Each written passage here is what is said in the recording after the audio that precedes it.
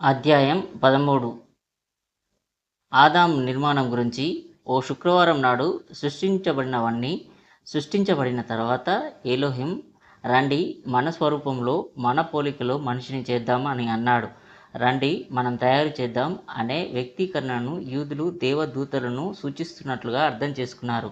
అయితే ఎలోహిం ఆయన మహిమను పూజిద్దాం. తన జీవుల నుండి సహాయం అవసరం లేదు, కానీ చర్చి యొక్క వివరణకర్తలు ఆరాధ్య త్రిమూర్తుల వ్యక్తులను సూచిస్తున్నారు. ఎలోహిం, రండి, మన స్వరూపంలో మరియు మన పోలికలో మనిషిని తయారు చేద్దామని చెప్పినప్పుడు యాహ్వే దూతలు ఆత్మ కన్ను ద్వారా ఎలోహిం కుడి చెయ్యి ప్రపంచమంతటా వ్యాపించి ఉందని చూశారని, మరియు దానిలో ఆధ్యాత్మిక మరియు శారీరక జీవుల యొక్క భాగాలు ఉన్నాయని కొందరు అంటున్నారు. మరియు ఎలోహిం ఈ భాగాల నుండి తీసుకున్నాడు మరియు తన పవిత్ర చేతులతో ఆదామును రూపొందించాడు మరియు అతనిలో జీవవాయువును ఊదాడు మరియు మనిషి సజీవ ఆత్మ అయ్యాడు. మరికొందరు ఎలోహిం భూమిని 4 మూలల నుండి తీసుకున్నాడని అంటారు మరియు స్వర్గం వెలుపల ఆదామును ఏర్పరిచాడు. ఎలోహిం అతన్ని భూమి మధ్యలో మన రక్షకుడు యెషూవ మ్రాను వేయబడిన ప్రదేశంలో సృష్టించాడని మరియు ఆదాము పుర్రె కూడా ఉంచబడిందని మరికొందరు చెబుతారు.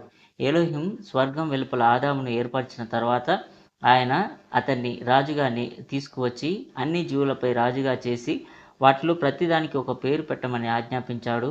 ఎలోహిం ఆదాముకు అన్ని పశువులను, సముద్రంలో ఈదుతున్న అన్ని పశువులను లేదా అన్ని గాలి పక్షులను సేకరించి వాటికి పేర్లు పెట్టలేదు, కానీ వాటిని తనకు నచ్చిన విధంగా ఉపయోగించుకోవడానికి, తన బానిసలకు యజమానిగా వారికి పేర్లు పెట్టడానికి ఆయన వారిపై ఆధిపత్యం మరియు అధికారం పొందాడు. ఎలోహిం అతన్ని పరదేశంలోకి తీసుకువచ్చినప్పుడు దానిని సాగు చేయమని మరియు దానిని కాపాడమని ఆయన అతనికి ఆజ్ఞాపించాడు.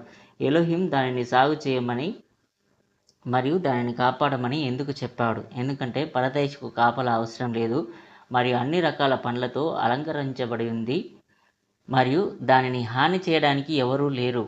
అది అతని ఆజ్ఞలను పాటించమని మరియు అతను సోమరితనాన్ని ప్రేమించే వ్యక్తిగా మారకుండా ఉండటానికి దానిని సాగు చేయమని అతనికి ఉద్బోధించడమే తప్ప ఆదాము తన స్వంత నిర్మాణాన్ని చూడలేదు మరియు తన సృష్టికర్త శక్తిని తెలుసుకోలేదు. కాబట్టి హవ్వను తన స్వంత రూపంలో అతని నుండి తీసివేసినప్పుడు అతను తన సృష్టికర్తను గ్రహించాలి మరియు హవ్వను సృష్టించినవాడు తనను కూడా సృష్టించాడని మరియు వారిద్దరూ ఆయనకు విధేయులుగా ఉండాలని అంగీకరించాలి.